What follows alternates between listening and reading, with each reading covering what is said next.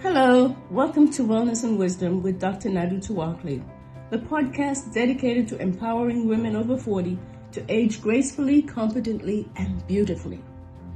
I'm Dr. Nadu Tuakli, a family doctor, preventive medicine specialist, author, teacher, mother, and expert in hormone replacement, anti-aging, and longevity. With decades of experience as a physician and as a woman embracing every stage of life, I'm here to share practical advice, expert insights, and inspiring stories to help you thrive in happiness, health, and appearance. Together with my guests, we'll explore topics that matter most to you, from navigating perimenopause and optimizing your health to redefining success in retirement and beyond. Let's celebrate the aging process with vitality and purpose, because your best years are still ahead. Subscribe now to add more life to your years and step into the best version of yourself. Welcome to Wellness and Wisdom with me, Dr. Nadu Tuakli, where we explore smarter, holistic ways to control your health. Today, we're tackling a big one, arthritis. Millions of people live with the pain, stiffness, and frustration of joint disease. But do we really have to rely solely on medication, or are there natural, effective alternatives? This episode is where inflammation meets information, where science meets nature in the fight against arthritis. We'll explore natural strategies for a smoother, pain-free life, because every joint deserves a little relief. I'm joined today by Dr. Girnita, a renowned rheumatologist and founder of Rheumatologist OnCall, the first telemedicine company of its kind, expanding access to specialized care for autoimmune diseases and arthritis. Her integrative approach spans across the United States and emphasizes a truly holistic approach to arthritis. Dr. Girnita is also an international speaker and author of 2 books, Thriving with Rheumatoid Arthritis and Gout Management. She's a dedicated educator on autoimmune diseases, and today she's here to help us explore how diet, supplements, and movement can reduce joint pain naturally. So I generally try to ask questions that I believe patients may have, but don't necessarily articulate. So first of all, welcome, Dr. Girnita. Thank you so much for joining us. Thank you so much for inviting me. It's quite a pleasure to be here. So what exactly is arthritis? Many people don't realize that conditions like gout or psoriasis are part of the spectrum. And do all autoimmune diseases involve arthritis? Actually, arthritis is like an umbrella term. Many people, when they think about arthritis, they envision joint pain. And joint pain can come from multiple reasons, from overuse to wear and tear, and then from inflammatory types of arthritis. In my field, we try to categorize them between degenerative diseases, also known as wear and tear diseases, and inflammatory diseases. And some of those are because of your or our autoimmune disease, or our immune system is overactive and starts attacking the joints. But besides joint pain, those autoimmune diseases can involve many other organs, like the eyes, like the heart, the lungs, and even the kidneys. So that's why when we talk about arthritis, it's important to understand what kind of arthritis we are addressing. Right. And so because it's such a big field, let's try to narrow our discussion down to the big 2, osteoarthritis and rheumatoid arthritis. So what is the difference between those 2?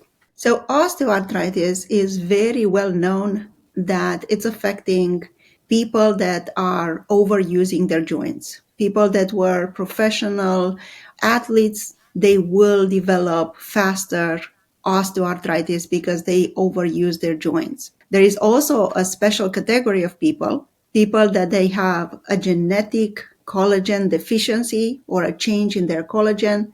We call this people with hypermobility syndrome. that will develop wear and tear faster than normal people. And that's usually the type of osteoarthritis. On the other hand, rheumatoid arthritis, it's an autoimmune disease where our immune system, from multiple reasons, sometimes we don't understand the reasons, but most of the time there is a genetic component there. And then on that genetic component, we can have lifestyle factors, pollution, viruses that can come and stimulate our immune system to such a degree that it starts acting towards our own body. And that's a type of autoimmune disease. So the big difference is that one is wear and tear and the other one is caused by excessive amount of inflammation. Now, to simplify things, to make it easier for people to understand, is the type of pain that people will experience. So in osteoarthritis, people will develop pain usually after activity. And they will also have a little bit of stiffness in their joints, but that stiffness will not last long. Usually it can last 5 minutes, 10 minutes, to up to half an hour. Those people do not develop usually swelling of the joints. And when we ask patients about those characteristics of the pain, that will lead us towards a diagnosis more towards osteoarthritis. So just to summarize, pain is there, stiffness is there, but not so much. And then swelling is not usually present. On the other hand, rheumatoid arthritis causes a lot of pain, a lot of swelling, and a lot of morning stiffness. And this is important. The stiffness will be present in the morning and will last more than 1 hour in many patients, but the movement will help that stiffness. So the more they move, the easier it's going to be for them. So that's the big difference between these two types of arthritis. And so if I understand you correctly, the osteoarthritis, which is, you could consider the garden variety arthritis that people talk about, I've got arthritis, is not necessarily genetic. So it doesn't mean that if your mother had arthritis, you necessarily have to have arthritis. Is that correct? Absolutely. There is a genetic component, but most people do not have that because their parents had it. But if you have rheumatoid arthritis in your family, like your mom, your sister, then the risk to develop rheumatoid arthritis is 2 or 3 times Much more higher than in other cases that they didn't have it in their families. So is it true that arthritis cannot be cured? It can only be managed? And is there any chance of reversing it? What's a realistic goal for most patients? The realistic goal for patients is to keep arthritis under control, so manage it. I do hear a lot of people talking about curing arthritis. There is nothing like that. I don't want people to be misled by advertisement that arthritis can be cured. There are also people that will sell them a bunch of things to cure arthritis. Arthritis can be very well managed, but unfortunately, like many other chronic diseases, not only arthritis, we cannot cure arthritis today. We can just make it more livable. Absolutely. So let's shift gears now and talk about how lifestyle choices can help. Let's talk about diet. Obviously, diet is critical with an arthritis like gout. But are there specific foods or supplements that have been proven to reduce arthritis inflammation? And what foods must we avoid? I am very, very glad that you asked this question because a lot of patients are interested to approach diet and approach lifestyle in their management towards a chronic disease like arthritis. I'm a huge advocate of integrating lifestyle medicine into the plan of any patient with autoimmune diseases and any patient with arthritis. Diet, exercise, sleep, and even our mind plays a huge role into managing a chronic disease like arthritis. And if you want to talk about diet, we can have a whole session about that. But I will give you the brief summary of what people needs to understand. The more they eat towards natural ways, the more they go towards natural foods, the better it's going to be. So I coach my patients to approach diet in a stepwise approach because it's very hard to change everything at once. So you just have to start with small steps towards a big goal to improve your health and to improve your arthritis. So in terms of foods that they need to incorporate, I always recommend a Mediterranean type of diet full of whole grains, legumes, vegetables, and fruits and seeds, a lot of nuts and seeds and olive oil. I do promote that heavily in my practice. And I do advise my patients to stay away from sugar, anything with added sugar, and anything that is processed food. And I give them a very simple example. If you see something in a box, it's probably processed food. If you go to the store and you buy it and there is no label on that food, then it's probably healthier, better choice for you. And what foods should be avoided if you have arthritis? So a lot of the processed foods and anything with added sugar, anything with a lot of fats, a lot of trans fats, I would avoid all of that. And dessert? Dessert can be in small quantities, not every day, but they can still have dessert here and there. And if they do it in the house, I do advise my patients to bake in the house and actually, even the cookies that they prepare, do it in the house because they can control the amount of sugar that they put inside. If you buy a cookie from the store, I can guarantee you probably has double the amount of sugar that you will put in your kitchen. And the other thing that I teach them is like when you see a recipe with 2 spoons of sugar, just put 1 instead of 2. So are things like fish oil helpful for arthritis? Absolutely. Do they really help? I have a lot of scientific evidence about certain supplements. I teach my patients to use fish oil. Actually, fish oil was proven to help people with arthritis. People with back pain, they felt better on fish oil with less pain. People with rheumatoid arthritis, they had great improvement in their disease activity scores and also in their inflammation markers, like inflammatory markers. There is scientific evidence that the use of fish oil is helpful for arthritis. There are also a few other supplements like turmeric, vitamin D. All of these, they have proven efficacy for patients with arthritis. And how about glucosamine and chondroitin with MSM? I have to tell you that I did research that topic a lot, and there is a lot of mixing results out there.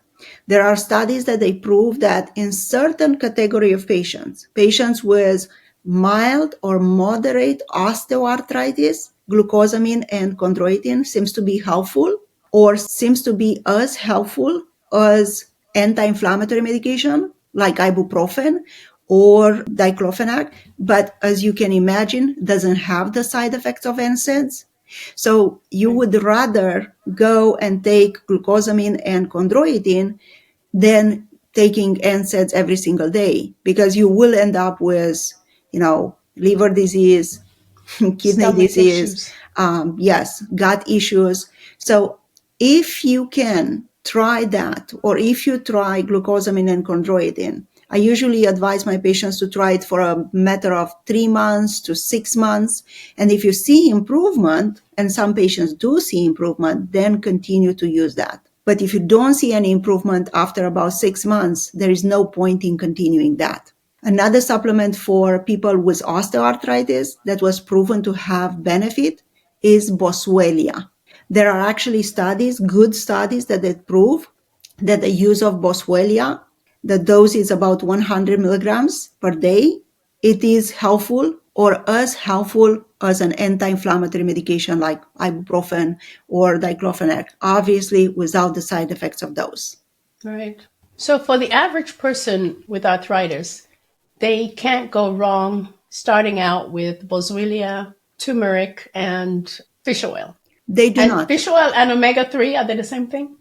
So There is a discussion about that as well, because you know that the fish oil can come from plants or can come from fish. But what we look into the fish oil is the amount of omega-3s that are in there. So that's the difference. The omega-3s are incorporated in that fish oil. That's why we take fish oil, for the omega-3s. And how does exercise factor in? What kinds of movement are best for people with painful joints? Because I think people who have arthritis are tempted not to move at all. Correct. And that can be a problem.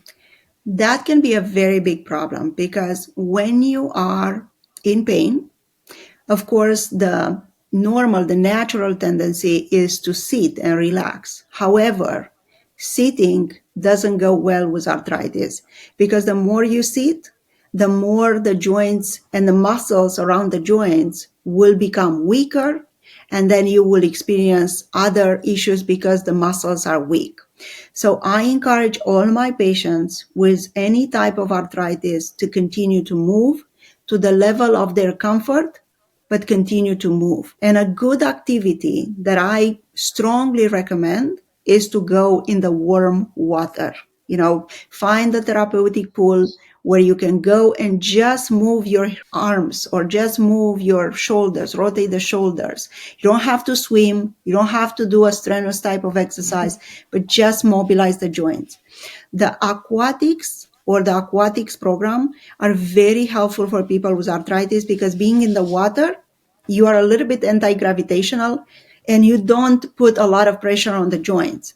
So if you walk or if you run, of course, that pounding on the concrete floor, it's going to cause more pain in the joints, especially the lower part of the body joints and the back.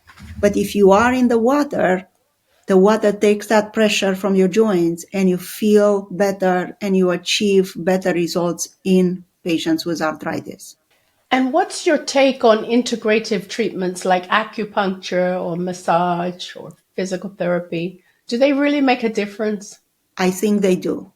I think complementary medicine with integrating acupuncture or integrating massage or integrating sauna. I'm a huge fan of infrared sauna, or using those devices for infrared light therapy.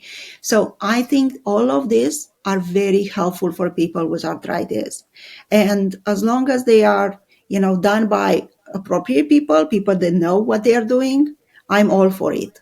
Now, of course, when conservative treatment doesn't work, surgery comes into the picture. And some people seem to consider joint replacement as a cure for arthritis. Is that fair, or is it more of a last resort tool? In my opinion, it's a last resort tool. And I strongly encourage my patients to delay that moment as much as they can in their life, because any joint replacement will last for about 10 years if you are in a good situation and if your recovery goes well and if your body accepts that prosthesis. There are a lot of patients that will do great with replacing the joints, but there is also a small proportion of patients that despite doing that, they still remain with pain, with dysfunction, and sometimes they develop complications. And I also have seen patients that develop whatever allergy to whatever material was in that replacement. So when you think about the replacement of the joint, you have to consider the good parts, but also the risk that you assume by replacing a joint. So I strongly recommend it to do everything that you can before that moment comes. And then, of course, there are joints like what you have in your spine and your neck where replacement isn't an option. Correct? That's true. So what's one misconception that people living with arthritis seem to have? What's the commonest misconception? I think there are a lot of misconceptions about arthritis, and a few of them we just touch on them. A common misconception is that diet doesn't help. It does help and makes a difference. Another one is, like we touch on, exercise, that exercise will make arthritis worse when actually it's very helpful. Another misconception that I see often is that arthritis affects only the elderly people. It's not true. There are a lot of young people that are affected by arthritis, and especially autoimmune type of arthritis like psoriasis, or you mentioned in the beginning psoriatic arthritis, rheumatoid arthritis, ankylosing spondylitis, and other misconception, arthritis is curable, which is not. We kind of touch on those. Or if you have arthritis, you are doomed. No, you are not. There are a lot of options that we use today for the treatment of arthritis. It's just a matter of finding out what type of arthritis you have and working with someone that knows what they are doing and to treat arthritis in the most appropriate way. Right. So as usual, it's best to customize the treatment to the individual. Absolutely. I do that with all my patients. So what advice do you give patients who feel like they've tried everything and they're still struggling? I have a lot of these patients. When they come to me... There isn't an everything. Correct. There isn't something like that. I have a lot of patients that they think they have tried a lot of things, and usually they tend to look to the negative part of the things that it happened to them. In my opinion, there is always something that you can do, and I believe in that very strong communication and very strong collaboration between a physician and a patient. Because if the patient has that level of trust in the physician and the willingness to try certain things, you will get a better outcome. If that level of trust is not there, I can guarantee you that doesn't matter what I give you, is not going to work for you because you don't believe in that and you don't believe in that option that I'm offering. Those patients that they usually say that they've tried everything, I go back and I reassess them because they might not have the right diagnosis. And because they didn't have the right diagnosis, they didn't have the right treatment. And I can give you countless of examples of people that were misdiagnosed and mistreated for many, many, many years. And in that category, I have to tell you about patients with psoriasis and psoriatic arthritis. Many times those people are labeled with a diagnosis of fibromyalgia, are labeled with a diagnosis of, let's say, depression, anxiety, you name it. But the real diagnosis is missing. So that's why it's important to kind of reassess the situation, see, is this really the diagnosis? Because if it wasn't the diagnosis was not correct, of course the treatments that you had did not work.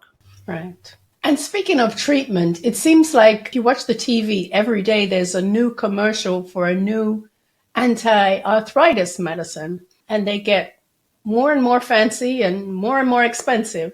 Absolutely. Are there particular classes of rheumatoid medications that you sort of hold off to the last resort? It's very, very funny that you say that because I talk to my patients all the time. I say to them, if you look on the TV and you see all those advertisements for those medications, that is for a reason. Number one, they are very expensive and they generate a lot of revenue, but I will never discount the role of these medications in certain cases. But before we jump to very expensive medication, we have to make sure that they try something that is not so aggressive and there is something that is proven to work for the last 50 years or 60 years. So Exactly. Those medications are viable options, but they are not for everyone, and they are not the solution, the magic cure for every patient. Right. And they're not necessary for everyone. No, but they are people not. see something on TV and they want to start with that. Absolutely. I have that every day. So I'm going to ask you a funny question. Why is access to a rheumatologist so difficult in many parts of the United States?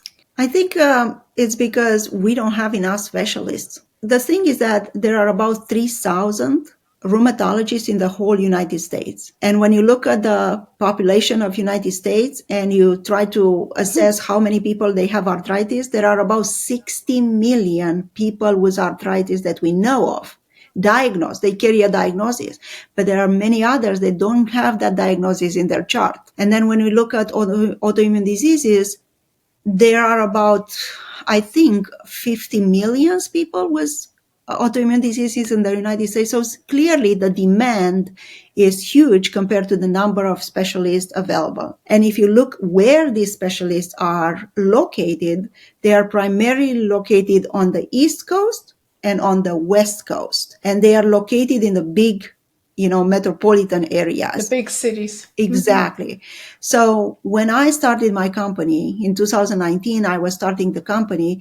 I have seen this struggle of people with arthritis. Not only the struggle that they have to travel somewhere, wait in a waiting room, or travel for, hundreds of miles to see a specialist. But I also saw that there is no other option that these people will have in their areas. And because they don't have these options, they will be misdiagnosed. They will suffer in pain. Their disease will become much, much worse. So by the time that they get to a rheumatologist, it might be too late to solve the problem. And what I tell my patients with autoimmune type of arthritis, like rheumatoid arthritis or psoriatic arthritis, the timing of your diagnosis or the timing when you start treatment, it matters. Because if that disease was running, is like a fire, was running for 10 years, that fire burned out your joints for 10 years. There is nothing that I can do or anybody else can do to repair that damage. So the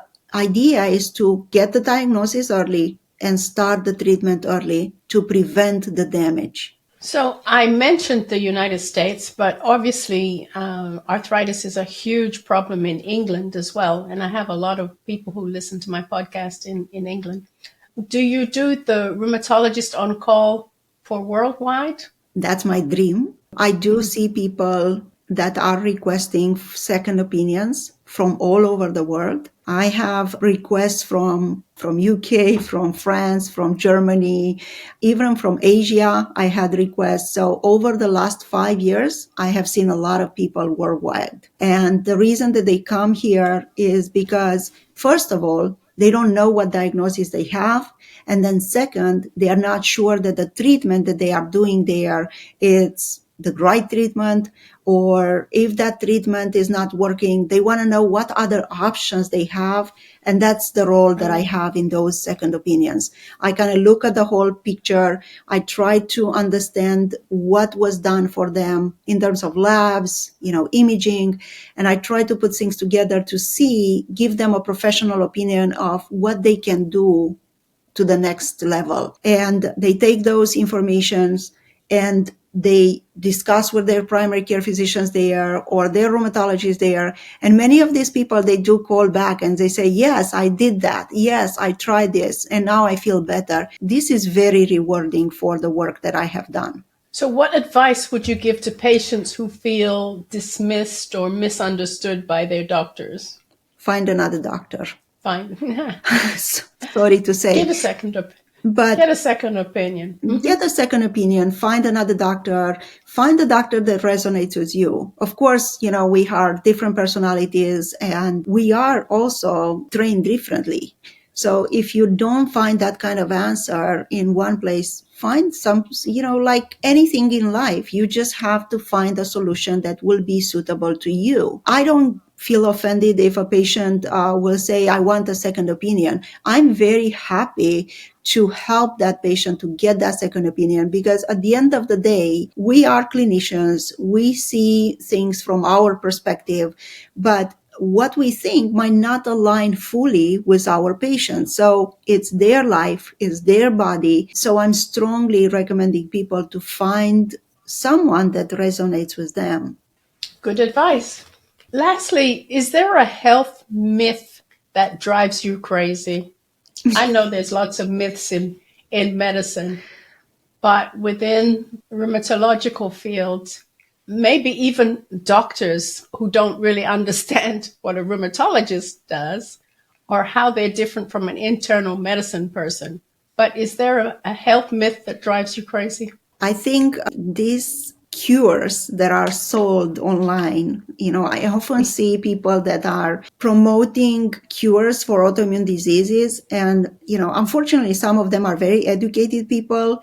I have to say that I don't expect that to see from people that are truly educated, they misled patients to believe that detox protocol or that supplement Right. or that action that they take, which, most of the time it's costing the patients at least $4, $5, $6,000, it's going to be the cure for them. I do want patients to be educated. I'm a strong educator, but I also take science into consideration because I don't want people to be misled. And I also want to let them know that whatever applies for one person, it might not apply to you. And Next person. I'm a strong believer in personalized medicine, trying to get to the root of the problem, trying to find the best solution for each patient and not use like a cookbook where I give everyone the same thing. That doesn't work for Exactly. patients. So, Dr. Girnita, it's been wonderful having you with us today.